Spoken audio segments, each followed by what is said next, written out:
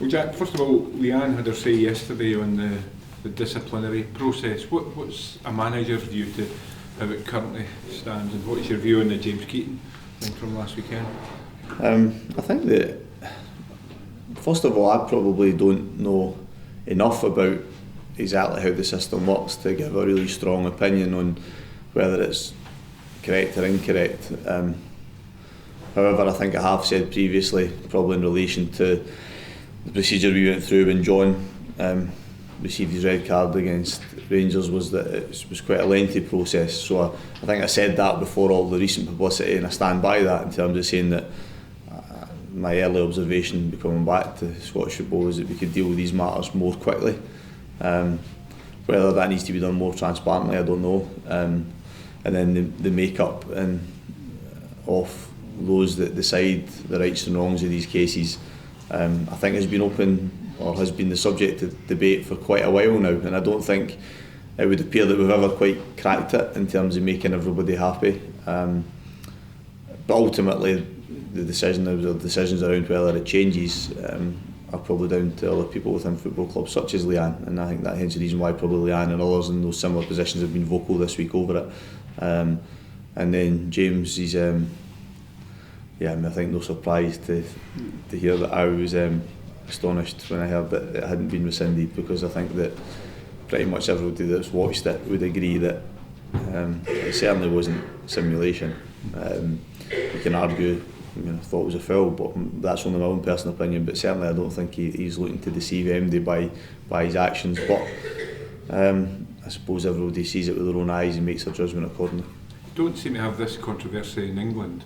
How does the system work, or do they? Yeah, they do. It just, I mean, I'll give you, without going into a long story, we had a situation last year where we had a player sent off in a league game who received an automatic 3-game ban, and then we had the Checkatrade Trophy game on the Tuesday that he couldn't play in, but it didn't count towards his 3-game ban.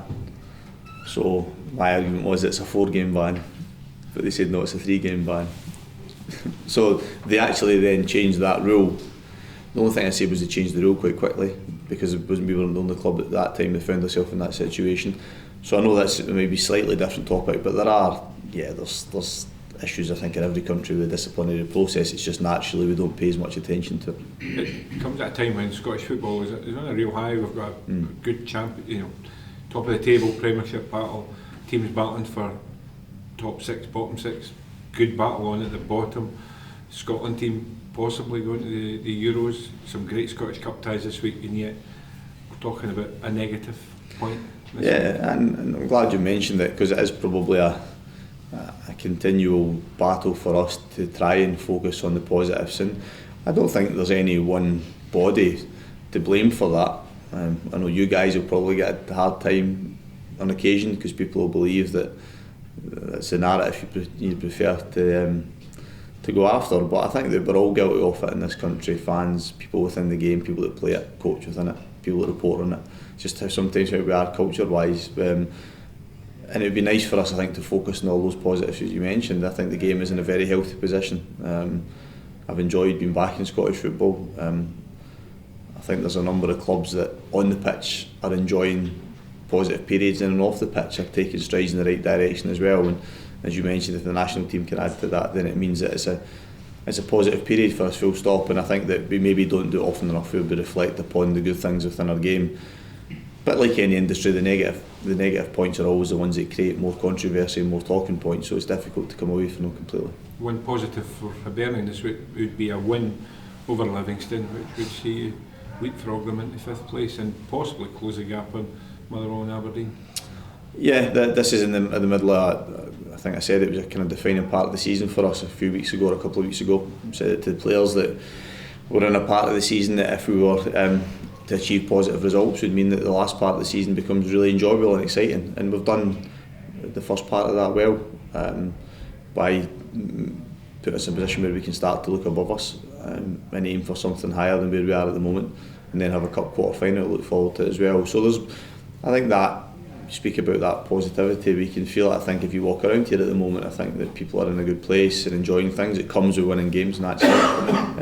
But if you can continue to do that, then it means that the last few months of the season, as I said, could be enjoyable for us. Livingston have been good though, haven't they? I mean, they've belied everybody's thoughts and where they would be a couple of years ago for a couple of seasons now. Yeah, I mean, I've probably seen a lot of their progress because they were in League One when I was managing Alloa, so they were competing with my team at the time to win that league, and they eventually went on to do so. And then obviously they competed with a St Mirren team and eventually got promotion that year.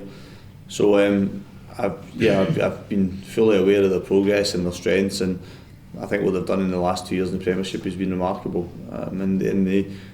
I think now they're starting to get probably rightful praise and credit for it, because they're a good team with some good individual players within it. I think much is made at times of their style, but everything I watch off them and when I see them, they've got some really good footballers in their team as well, and their progress has been remarkable.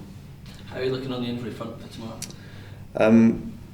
We're okay actually. So other than the long term ones, Stevie Mallon, Ryan, Jason Naismith, we're all fit and healthy, which is good. We came through a busy period relatively unscathed. Joe Newell's returned to training the latter part of this week, so should be available as well. I asked Paul before you were in about the balance of the team. You're scoring a lot of goals up top. You only kept 1 clean sheet in 6. Are you bothered about clean sheets, or is it about just winning games, scoring goals? What do you think? What did you ask earlier about focusing on the negative? Yeah, I want to go. It's great, man. Quite often you get almost branded as a manager with an attacking style of play. Is that what you want? You want your team to get? No, I'm teasing to a degree. Ultimately, you want both ends of the park to function as well as they can, and that's your utopia as a manager. Because if you're doing that, then you'll win games every single week. I actually feel, and I've said this, I think post the games recently, that defensively, I think in the main we've been performing well. We haven't had that tangible rewards of clean sheets, which is people always judge it on it. So it was nice for the players to get out of the weekend.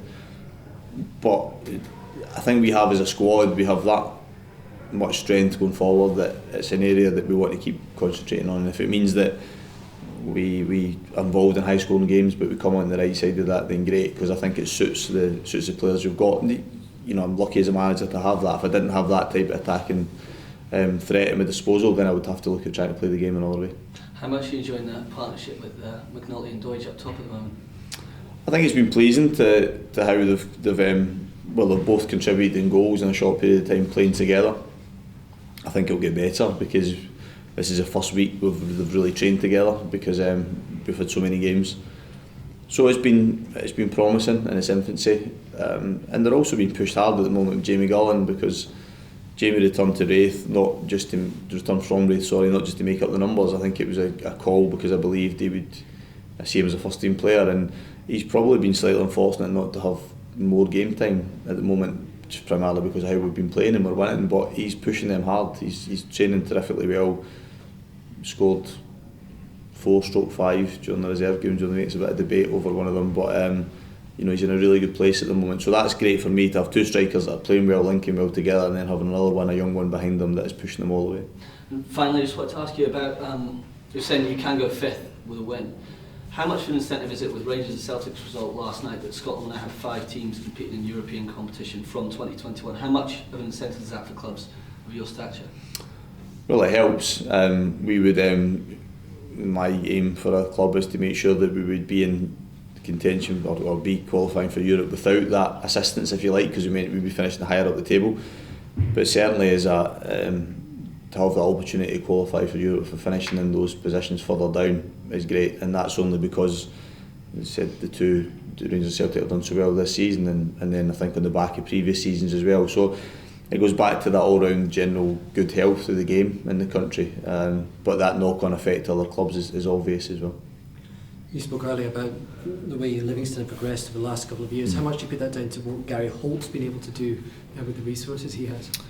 Certainly latterly, obviously Gary, speaking about that progress, obviously David was the manager, David Hopkin. David Martindale's probably been the constant within that period because he was there with Hoppy and has remained with Gary as well. But pleased for Gary because I think that he's on a mission. He's spoken that probably the time he got back in, he was probably questioning whether or not the opportunity would come back up for him. And every manager or somebody that has managed has my utmost respect, because it's a tough gig and it's tough sometimes to get yourself back involved when you've fallen out the game. So I think for him to get back in and have such big success, as you said, with not the biggest resources in terms of the biggest club in the league, far from it. So it's testament to, I think, the work that he's continued to do on the back of obviously what David had done previously. We're going to see Effie Ambrose back. Any things on the other side? How good is it to see him back in Scottish football? Yeah, it's not something I've given a huge amount of thought to. I know he has this association with the club, but I've never worked with Effie, so I don't have any personal relationship or affinity with him. For me, he's just a part of their squad, and so it's made no difference to my, not in a disrespectful way, but certainly hasn't really come into my thought process as we've approached the weekend.